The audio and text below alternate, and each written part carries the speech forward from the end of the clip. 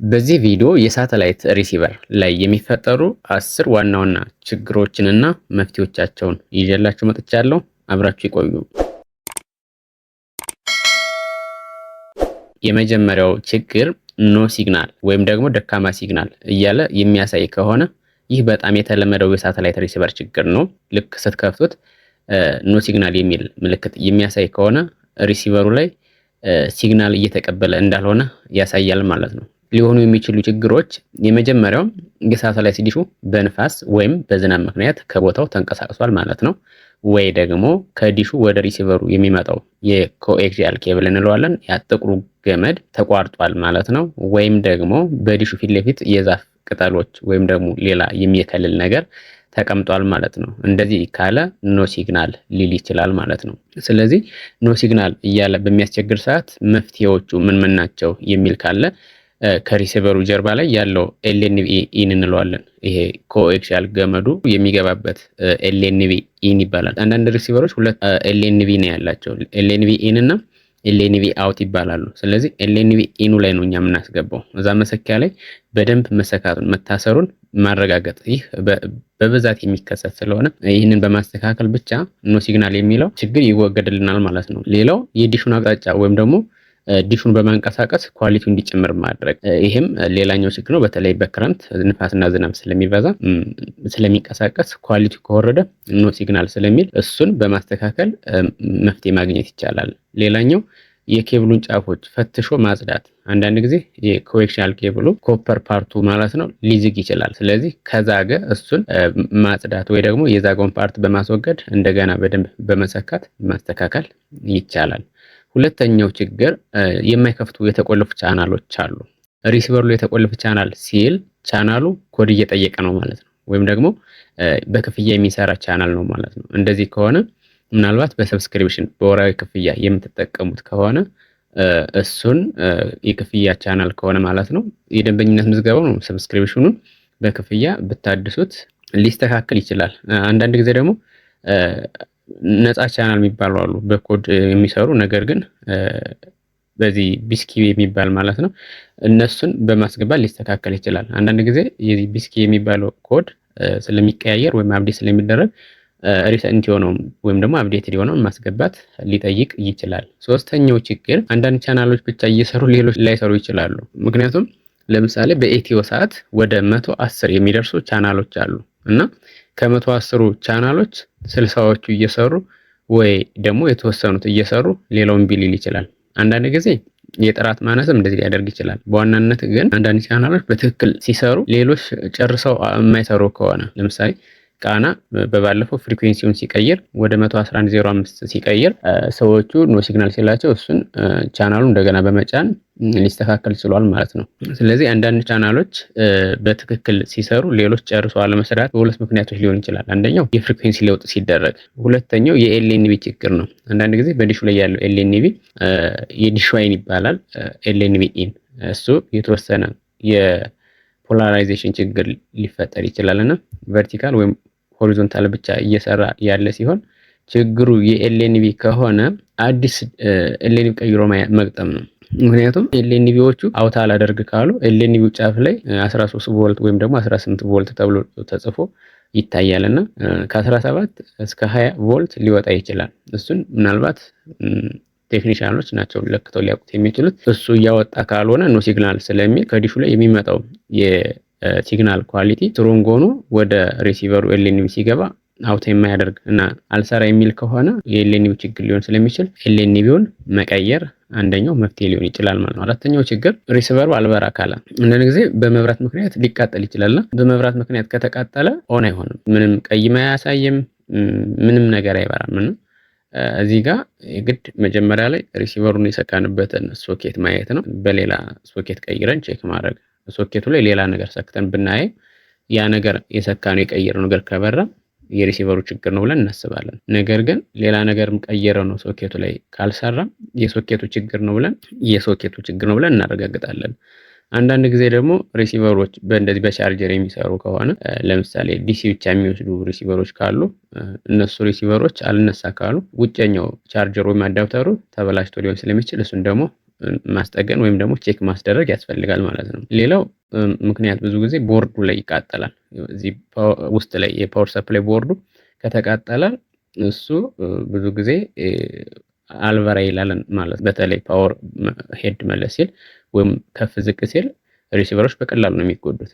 ስለዚህ ፓወር ሰፕላዩ ከተቃጠለ ወደ ቴክኒሽያን ወስዶ ማሰራት ይመከራል ማለት ነው። አምስተኛው ችግር ሪሲቨሩ በተወሰነ ደቂቃ ይሰራና መልሶ ይጠፋል። ይህ ደግሞ ምክንያቶቹ ሊሆኑ የሚችሉት ምናልባት የሶፍትዌሩ የሪሲቨሩ ሶፍትዌር ሲበላሽ ነው፣ ኮራፕት ሲያደርግ ወይም ደግሞ ከዲሹ ጫፍ ላይ ያሉት እነዚህ ገመዶቹ ሾርት አድርገው ሊሆን ይችላል፣ እርስ በርስ ተገናኝተው ሊሆን ይችላል። አንዳንድ ጊዜ አይታችሁ ከሆነ የኮኤክሲያል ከብሉ ከላይ ኢንሱሌሽን ፓርቱ አለ፣ ጥቁሩ ማለት ነው። ኔክስት አሉሚኒየሙን ያለ፣ ኔክስት ነጩ ሌላ ኢንሱሌሽን አለ፣ ኔክስት ደግሞ መዳቡ ሽቦ አለና እሱን በምናስተካከል ሰዓት የስሱ አሉሚኒየሙ ኬብል አልፎ ኮፐር ኬብሉ ከነካ ሾርት ሊፈጠር ይችላል።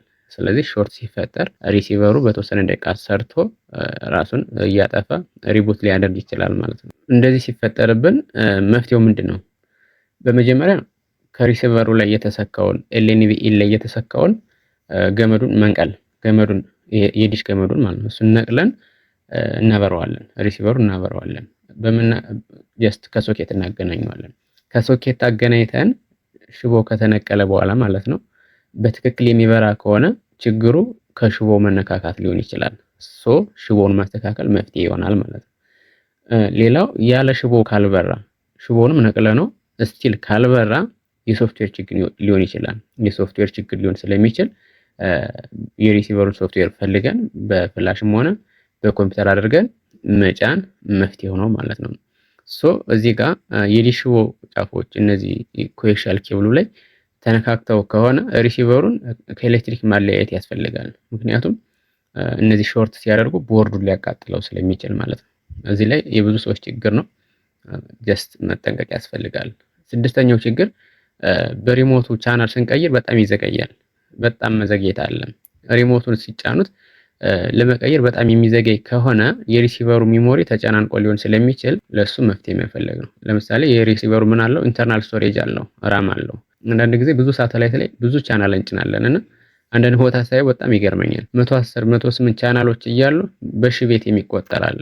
ያንን ሁሉ በተለያየ ሳተላይት በተለያየ ጊዜ እየተጫነ ራሙ ሲጨናነቅ ላግ ያደርጋል ወይም ደግሞ ይዘገያል እና መፍትሄው ምንድነው? የማንፈልገውን እየመረጥን ማጥፋት ወይም የተደጋገሙትን ማጥፋት መፍትሄ ሊሆን ይችላል ማለት ነው። አንዳንድ ጊዜ ደግሞ የሪሞቱ ባትሪ እየደከመ እያለቀ ከሄደ ፕረስ ስናደርገው ቆይቶ ነው ሲግናል የሚልከውና የሪሞቱም ችግር ሊሆን ይችላል። ስለዚህ የሪሞቱን ባትሪ ብንቀይረው ይሄ ነገር ሊቀርብ ይችላል። ሌላው ሶስተኛው ፋክተሪ ሪሴት መጠቀም ነው። ፋክተሪ ሪሴት ማድረግ ነገሮችን በአዲስ ሪሴት ሲደረጉ ሪሲቨሩ ይፈጥናል። ነገር ግን ሁሉንም ነገር ስለሚያጠፋው ቻናሎችን እንደገና መጫን ያስፈልገናል ማለት ነው። ሰባተኛው ችግር ምስል አለ ነገር ግን ድምጽ የለም፣ ወይም ደግሞ አንዳንድ ጊዜ ድምጽ ብቻ ኖሮ ምስል መጥፋት።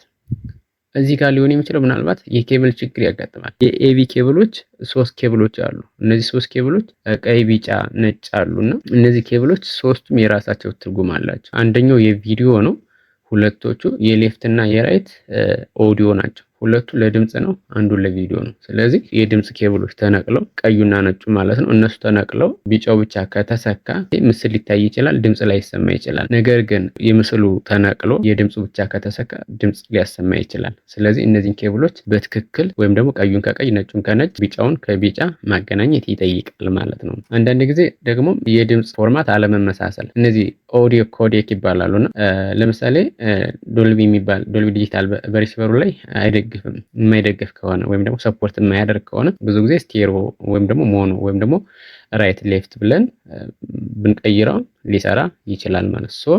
እዚህ ጋር ልብ ማለት ያለብን ኬብሉን ስንቀይረው ሁለቱንም ጫፎች በሪሲቨሩና በቴሌቪዥኑ ያለውን ማለት ነው መፈተሽ አለብን። አንዳንድ ጊዜ በቴሌቪዥኑ ጫፍ ላይ ችግር ሊፈጠር ስለሚችል የሪሲቨሩ ችግር ነው ብለን እንዳንወስድ እዚህ ጋር ጥንቃቄ ማድረግ ያስፈልገናል። ስምንተኛው ችግር ምስሉ ፍሪዝ ማድረግ፣ ስታክ ማድረግ ወይም ደግሞ ምስሉ ማቆም። እንግዲህ ምስሉ ማቆም ማለት ምስል ይመጣና ጀስት ፍሪዝ አድርጎ ወይም ደግሞ ስታክ አድርጎ አልንቀሳቀስ ይላል። እዚህ ጋር አንዳንድ ጊዜ ምስሉ እየተቆራረጠ ሊቆም ይችላል ማለት ነው በሌላ አባባል። ምክንያቱ ምንድነው የሚሆነው? ሲግናል ኳሊቲው በንፋስ እየወረደ እየተንቀሳቀሰ ወይም በደመና እየተቆራረጠ ከመጣ ምን ሊሆን ይችላል? ይህ ነገር ሊፈጠር ይችላል ማለት ነው። ኤችዲኤምአይ ኬብሉም ጥራት የሌለው ከሆነ ይህ ነገር አሁንም ስታክ እያደረገ ሊያስቸግር ይችላል። እዚህ ጋር እንደ መፍትሄ የዲሹን ሲግናል ቢያንስ ከ70% በላይ እንዲሆን አድርጎ በጥንቃቄ በባለሙያ ማስተካከል ቢቻል ወይም ደግሞ የነዚህ የሽቦ ማያያዣ ኮኤክሲያል ኬብሉን ስናያይዝ ኮኔክተር እንጠቀማለን። እነዚህ ኤፍ ኮኔክተርስ ይባላሉ። እነሱን በደንብ አጥብቀን ማሰር ይጠበቅብናል ማለት ነው። በዘጠነኛ ደረጃ የሚፈጠሩ ችግሮች ኦቨርሎድ ይላሉ። አንዳንድ ጊዜ ደግሞ ኦቨርሎድ ሊሉ ይችላሉ። ምናልባት ኤልኤንቢ ሾርት ወይም ደግሞ ኦቨርሎድ የሚል ማስጠንቀቂያ ስክሪኑ ላይ ሊያሳይ ይችላል። ምክንያቱ ምንድነው? ከላይም ተናግረዋል። የዲሽ ሽቦዎች እርስ በርስ ተገናኝተው ሾርት ካለው ምን ሊሆን ይችላል? ኦቨርሎድ ወይም ደግሞ ኤልኤንቢ ሾርት። በብዛት እንደውም ምን ያየሁት ኤልኤንቢ ሾርት ነው የሚለው። ልክ ሲሰካ ኤልኤንቢ ሾርት እያለ ስክሪኑ ላይ ያሳያል። ኤልኤንቢ ኢን የምንለው በኩል ከሪሲቨሩ ማለት ነው ውሃ ከፈሰሰ ዲሹ አናት ላይ ባለው ኤልኤንቢ ደግሞ በዛ በኩልም ደግሞ ኤክሰስ የሆነ ውሃ ገብቶ እርስ በርስ የሚገናኙ ከሆነ ሾርት ሊፈጠር ይችላል። ስለዚህ ኤልኤንቢ ሾርት እያለ ማስጠንቀቂያ ሊያሳይ ይችላል። ስለዚህ በዚህ ሰዓት ከኤሌክትሪክ ማለያየት ነው። ምክንያቱም ኤልኤንቢ ሾርት እያለ ኤሌክትሪክ ተሰክቶ ከቆየ ሪሲቨሩን ሊያቃጥለው ስለሚችል የግድ የሽቦዎችን ጫፎች እስኪስተካከሉ ወይም ደግሞ ሪሲቨሩ ላይ ውሃ ከገባበት እሱን እስኪቀረፍ ድረስ ችግሩ የግድ ምን ማድረግ አለብን? ከኤሌክትሪክ ማለያየት አለብን ማለት ነው። በአስረኛ ደረጃ ከዋይፋይ አንቴና ጋር አልገናኝ ይላል። አንዳንድ ጊዜ ሪሲቨሮች በዋይፋይ አንቴና ቤታችን ውስጥ ካለ ዋይፋይ ጋር አገናኝተን የተለያዩ ነገሮችን መጠቀም እንችላለን እና አልገናኝ የሚል ችግር ያመጣል። አልገናኝ ካለ በዋናነት እነዚህ የዋይፋይ አንቴናው ጀስት ዩኤስቢ ዶንግል እንለዋለን። እነሱ ከሪሲቨሩ ቺፕሴት ጋር ኮምፓቲብል ካልሆነ ወይም ደግሞ ካልተስማማ ዋይፋይ አንቴናው አልሰራ ሊል ይችላል። ወይም ደግሞ የሪሲቨሩ ሶፍትዌር በብዛት እንደሚፈጠረው ይሄ ነው። የሪሲቨሩ ሶፍትዌር ኦልድ ከሆነ ወይም ካረጀ ወይም አውትዴትድ ከሆነ ዋይፋይ አንቴና አይቀበልም። ስለዚህ የሪሲቨሩ ሶፍትዌር በአዲሱ ወይም ደግሞ አፕዴትድ በሆነው ሶፍትዌር አፕዴት ብናደርገው ችግሩ ሊቀረፍ ይችላል ማለት ነው። ለሪሲቨሩ ትክክል የሆነውን የዋይፋይ አንቴና መምረጥ የሚቻል ከሆነ ለሪሲቨሩ የሚሆን ትክክለኛውን ዋይፋይ አንቴና መግዛት ወይ ደግሞ የሪሲቨሩን ሶፍትዌር ማስተካከል ወይም ደግሞ አፕዴት ማድረግ። ስናጠቃልለው የሶኬቶችን መፈተሽ። እንግዲህ ሶኬቶች ስንል ከሪሲቨሩ የሚወጣው ጥቁሩ ገመድ እሱ ችግር ሊኖርበት ይችላል፣ ሊቆረጥ ይችላል ማለት ላይ ወይ ደግሞ ግድግዳው ላይ ያሉ ሶኬቶች ችግር ሊኖርባቸው ይችላል። በኤክስቴንሽን ኬብል ወይም ደግሞ በዲቫይደር ከሆነ የምናገናኝ እሱም ተቃጥሎ ሊሆን ስለሚችል እነሱን ቼክ ማድረግ ይሄ የቅድሚያ ነው። ምክንያቱም ሲምፕል ታስክ ስለሆነ ማለት ነው። ብዙ ችግሮች የሚፈቱ በዚህ ስለሆነ ማለት ነው። የሶፍትዌር ችግር ከሆነ ደግሞ ሶፍትዌሩን አፕዴት ማድረግ። አሮጌ ሶፍትዌር ብዙ ችግሮች ስለሚያመጣ ሁልጊዜ አፕዴት ማድረግ ያስፈልጋል። እንደገና ሲግናል ኳሊቲ ሁልጊዜ ከ70% በላይ ቢሆን ይመረጣል። ኖ ሲግናል እያለ ነው የሚባለው ብዙ ጊዜ እና ሲግናል ኳሊቲ በተለያየ ምክንያት ስለሚወርድ እሱን ማሳደግ፣ ጥራቱን ማሳደግ። እነዚህ ኦቨርሎድ ልክ ኤልኤንቢ ሾርት ምናምን የሚል ምልክት ያልተለመደ ምልክት ካመጣ ቶሎ ብሎ ሶኬቶችን መነቃቀል ያስፈልጋል። ምክንያቱም እሱን ምልክት እያሳየ ማንነቅል ከሆነ ሪሲቨራችን ስለሚቃጠል ቶሎ ነቅለን ወደ ባለሙያ ወስደን ማስፈተሽ ያስፈልገናል። ስለዚህ እነዚህን የተለመዱ 10 ችግሮችን በዚህ መልኩ አቀረብኩላችሁ። ማንኛውንም ጥያቄ አስተያየት ካላችሁ ኮሜንት ላይ ጻፉልኝ። አመሰግናለሁ።